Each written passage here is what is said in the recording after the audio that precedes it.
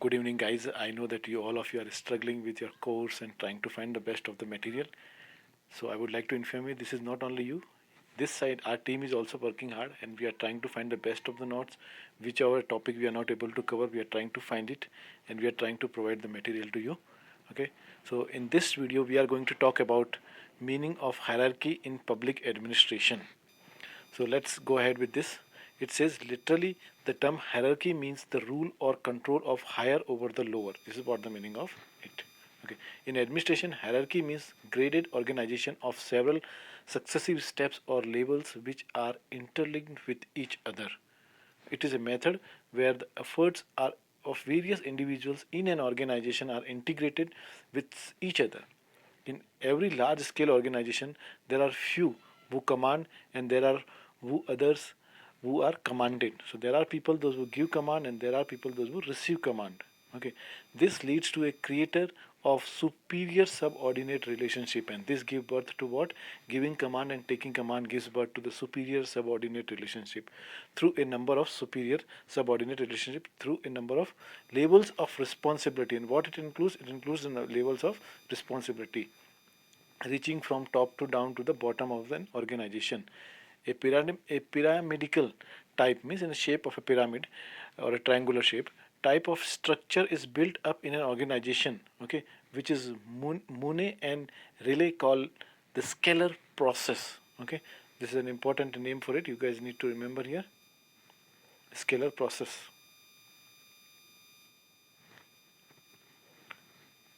Monet and Riley call it as a scalar process. Okay, this is your hierarchy system. In organization, scalar means the grading of the duties according to the degree of authority and corresponding responsibility. According to Monet, this scale or scalar chain is a universal phenomena. Universal phenomena means that happens everywhere in every organization. Wherever we find an organization of people related as the superior or subordinate, we have the scalar principle. Okay, so according to Monet, wherever the people are working in an organization, this kind of scalar chain will take place there. Okay. Various people have defined a hierarchy in the different ways. If you look at the definition of L.D. White, okay, so what L.D. White says here? L.D. White says hierarchy consists of universal application of superior subordinate relationship through a number of levels of responsibility reaching from top to bottom of the structure. In other words, hierarchy means control of higher over the lower. In simple, if you will talk in a layman language here, so it means the controlling of higher over the lower. In administration, hierarchy means a graded organization of several successive steps or level. It is also known as called scalar principle. This is another name of it, scalar principle. So in the paper they may ask you as a scalar, what is scalar principle? So you don't get confused, right? It means they are talking about a hierarchy here. This is derived from the word scale, which means ladder, and what it means ladder. Just as there are the steps in ladder, there are successive levels in hierarchy too. Okay, so Monet and Relay have therefore called it as the scalar process. That is, it's called hierarchical process. Now, Earl Latham, okay, he's another learned person, has defined hierarchy as an order structure of inferior and superior beings in an ascending scale. Okay, all right. Uh, So he has given a very, very technical definition here. He says that an ordered structure of inferior and superior begins in an ascending scale. The good chief dwells at the apex, from which apex means top, from which with his terrible eye, okay, or from which he can search out the heart of his lowest subordinate and mold that deed, means that work to his command. Okay, hierarchy means the grouping of units into a large unit for direction and control of activities. Okay, it is a method whereby the efforts of the various individuals are geared together to achieve goal through a system of interlocking superior subordinate relationship from top to bottom. Okay. Now here is the definition given by J.D. Milt. He defined hierarchy as a method where the efforts of different individuals are geared together. Okay, so they may give you even the definition and they may ask you that who has given this definition. So you should remember that this definition is given by J.D. Milt. Now let's see that what is the importance of hierarchy. It is difficult to think of an organization without hierarchy. Organization is essentially the division of functions among a given number of persons. The distribution of functions and responsibilities is both horizontal and vertical. An organization structure grows both vertically and as well as horizontally. When more and more labels are added in an organization, it is called vertical growth. Okay, when we add more and more labels in it. Okay, but when more functions or more positions are added without increasing the number of labels, it is called horizontal growth. Then, okay, this is what the difference between vertical growth and the horizontal growth in an organization. Vertical descriptions creates labels like top management, middle management, supervisors, and the level of specific performance. Okay, strictly speaking, these levels do not denote inherent superiority or inferiority. However, due to the differences in the nature of responsibility of various levels, the difference in salary scales and the difference in the qualification and qualities of the personnel working at various levels, superior subordinate relationship does emerge in the organization. Now, here are the two reasons given that why do we need the scalar system. Okay, so it is required because of the two reasons. The one is the division of work into its most economic part with a view to pursuing the ideal of task specialization so essential to marginal philosophy. And second, the pattern of integrating the volumination behavior and action of the specialization into one combined effort. Okay, now the following are the important features of hierarchy. So the entire administrative function is divided into subunits. These units are organized in the form of pyramid. Okay, in what form? In a pyramid or in a triangular shape. Okay, that we will discuss. The authority is distributed to the various levels. Okay, and the work has been divided at the different levels. This has been given to the employees there. Hierarchical organization observe the principle of through proper channel. Okay, what they call it, the principle, the through proper channel. All commands and communications should come through the proper channel. No intermediate level can be ignored. A person receives orders only from one superior officer and not from anybody else. This means the principle of unity of command is observed. Okay, so in an organization, when the workers or the employees are getting command from the one person, so this shows the unity of principle of unity. All right. Authority and responsibility are adequately combined. Authority without responsibility is a dangerous thing. Okay, while responsibility without authority is meaningless. So, guys, now here right in the front of you there is a triangle, right? And now what you are supposed to do, just look at this triangle. This is how the hierarchy in an organization work. I just simply give it name to it. Here it is A.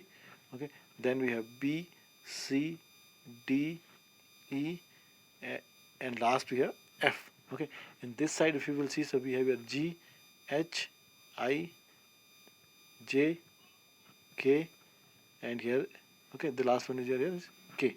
Okay, so this is actually how your hierarchy works. Here is A B C D E F, and this side you can see uh, your G H I J K. Okay, I request you, I advise you that you can make this, in your rough notebook or somewhere for proper understanding, because this screen may not be remain for a long time in the front of your eyes, right? So if you have the in a piece of paper, so you'll be able to understand it better, because I will scroll the screen. Now, guys, if you have drawn that diagram in your notebook, so now you can understand it. Those who have drawn, they will be able to understand this concept.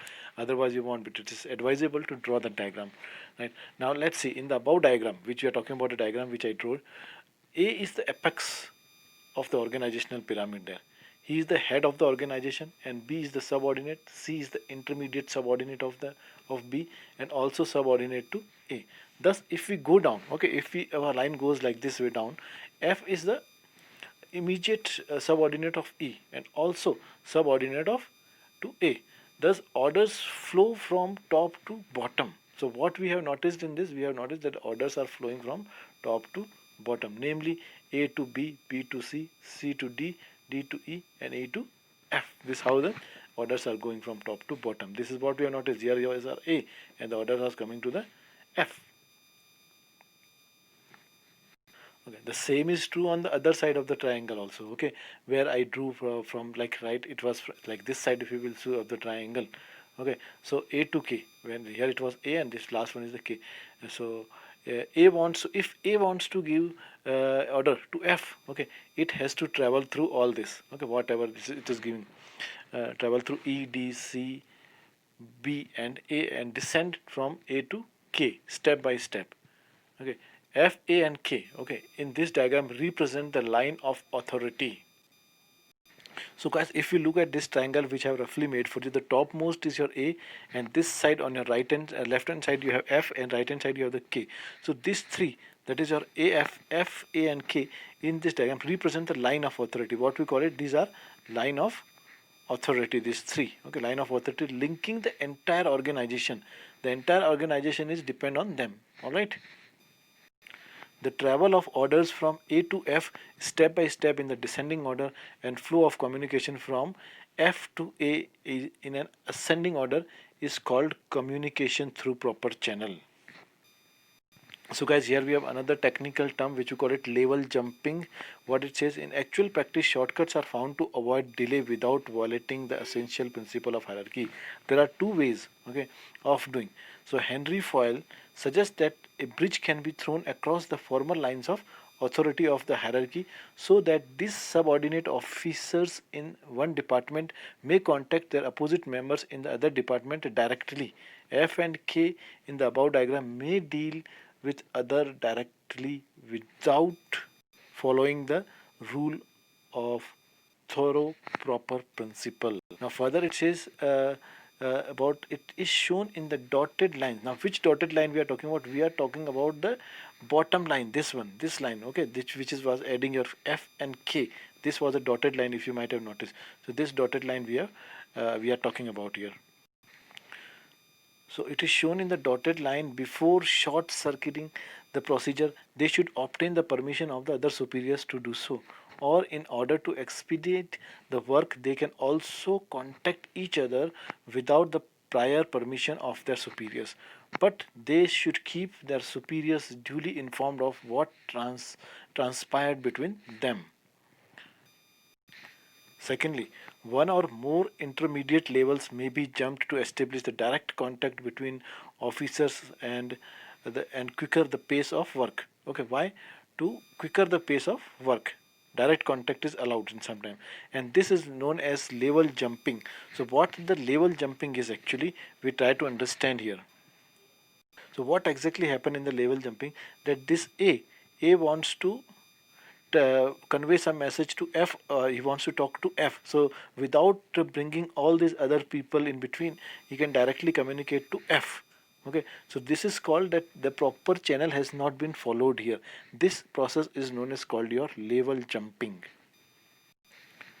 A can deal directly with the C if C tells B what was discussed by him with A. A few years back, the government of India started what is known as called file jumping experiment. Okay, to skip over the intermediate levels in the hierarchy and make the files reach directly to the decision making authority. Hence, with proper confidence and loyalty between superiors and subordinates at each level, the delay of the hierarchical organization can be very much reduced, if not altogether eliminated. Eliminated means reduced. Both the shortcuts discussed above play a significant part in reducing delay. Okay. And regarding this, what the Urvik said, he said that every organization must have a scalar chain, just as every house must have its drain, but it is necessary to use this channel frequently as a solo means of communication, as is necessary to pass one's time in the drain. Okay, further we have the advantages of hierarchical principles. Okay, first it says every large scale organization should have a unity of purpose which can be achieved only through hierarchical system. Second, it says hierarchy integrates various units of an organization into an unified whole. Okay, as observed by M.P. Sharma, it is an instrument. What he said, it is an instrument of organizational integration and coherence. It is to the organizational structure what mortar or cement is to building structure. Its third principal advantage is it serves as a channel of communication, okay, both upward and downward in an organization. It makes clear to every official as to whom he is to deal with. It enables us to fix responsibility at each level and each post in the organization. Every employee knows what his position and responsibility are in the organization and to whom he is accountable. The scale of through proper channel created by the principle of hierarchies ensure strict adherence to procedure and avoid the short circuiting or ignoring of the intermediate links. Hierarchy lessens the burden of work at the highest level. Okay. It simplifies the procedure of movement of file because of strict adherence to the rule of through proper channel and makes it easy to know where a particular file is. Okay, here if we talk about the disadvantage of hierarchy, the following are some of the disadvantages of application of principle of hierarchy in an organization. Okay, the first one is in the hierarchy system, the direction flow from above to down below. Those down below are expected to carry out mechanically the instruction and of their superior without any initiative and drive. Okay, and second disadvantage, it brings about the rigidity in the administrative organization and is not proper for the development of dynamic human relationship among its member. So when we talk about this, what kind of dynamic human relationship, it means that those who are at the lower level, they have to simply follow the order what has been given to them. They don't have any right to express their views in it. Okay. The third disadvantage is, it says the success or failure of this system very much depends on the personal liking of the head of the organization. Sometimes this happens when the head of the organization start liking the particular person, so the head can do certain favors to that particular person or the employee. Okay, if he can bring life and personal touch in the organization, it is bound to be a success, otherwise it is bound to be a failure. The most serious disadvantages of this hierarchical organization is it causes inordinate delay in the disposal of work. Okay, it causes the delay also. Now how does it causes the delay? Like supposingly if we look at this our system, just look at this triangle, right? If A wants to give any order to F here, right? So he has to pass through all these channels. So this passing the information from one step to another, this takes his own time rather than passing it directly. So that is why it has been called here as a delay in the disposal of work. Okay guys, so this is, I have just touched with this topic also. So in case if it come across your exam paper, so you will be able to do it. So thank you very much and best wishes ahead. All right, all the best guys.